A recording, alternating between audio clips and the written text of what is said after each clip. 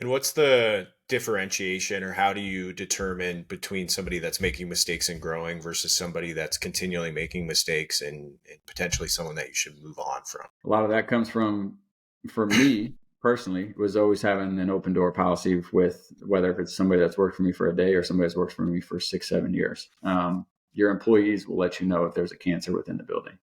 And as long as you have the open door, true open door policy of saying, hey, if there's anything wrong, good, bad, or ugly, you can come into my door and let's have a conversation about it. And then just handling those as they come in, right? Gary Vaynerchuk always said, hire fast, but fire faster.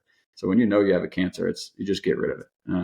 The company, I've learned over time of holding on to people too long, that once you got rid of them, everybody was happier and the company, it just kind of exploded after that. So having that. And then for me, I always, once every 6 months or 6 to 12 months, depending on the staff level, whether it was an executive or just a part-time staff, I meet, my door is open to meet with them. I send out an invite to all of them to meet once every 6 to 12 months to have personal conversations, nothing about business unless they want to talk about it, what their goals are, where they want to be. Do they want to open up their own business? Do they want to continue to grow with the company?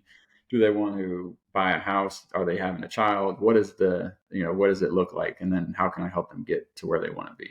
And I think that also allows them to feel comfortable to come to me and say, hey, you know, our leadership here is really shitty with this manager at this location. Can we, talk about it? And I don't think those conversations would happen. I think good employees would leave if there's bad managers, and then you start to funnel down into losing some of your best employees if you don't get rid of the cancer early on. And can you speak to, because I've experienced this as well, just kind of in my career, like the first time that you need to have that difficult conversation with a manager or an employee that is that the cancer, kind of as you're referring to it, and potentially just letting them go. It can seem hard at first. Can you speak to how you develop that skill of having those difficult conversations and either putting them on like the correct path to performing at a higher level or letting them go?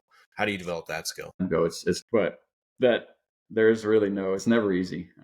So it's just more of, if for me over the years of owning businesses now 10 plus years, pretty much every single person I've let go has flourished after letting them go. So it kind of put their back against the wall, and some of them I still have conversations with, I still speak with, they still reach out to me for some mentorship. And then some of them, they have reached out to me and said, man, that was the best thing for me, was for you to let me go and have to figure out what my next step was. So I always, now it's a little bit easier because I know that, obviously the situation isn't right for them and it's not right for us. So maybe they're just comfortable, or maybe they're just unhappy and they don't know the next step to take. So I have to be the one that makes that step and lets them know, like, hey, you got to find something else. And 90% of the time they go flourish doing something else. Yeah, and I think that's a good way to look at it. You're kind of forcing them to find something else, because if you don't fire them, they won't leave. The cycle will continue, right? So I think it's a really good point. So maybe just to kind of close out with Hopin, it sounds like people is a big focus, expansion is a big focus, but outside of people, expansion, is it really just the marketing side and the brand to ensure that that drives recognition for franchisees and therefore revenue, and therefore it benefits you as well? Yeah, definitely picking the right franchisees, the right candidates early on is very important, because they're such an integral part of the culture and the actual experience for our customers. And then, yeah, marketing is an ever changing thing, and social media is ever changing. The algorithms are ever changing. So it's just something that we take a lot of pride in, and a lot of time and energy and a lot of investment in on our side, to make sure that we're keeping up with that for our candidates and our franchisees, because it is an animal and it's something that we want them to focus on the experience and the culture and the leadership, while we focus on helping them with the marketing side, outside of their local marketing of events and being in the community.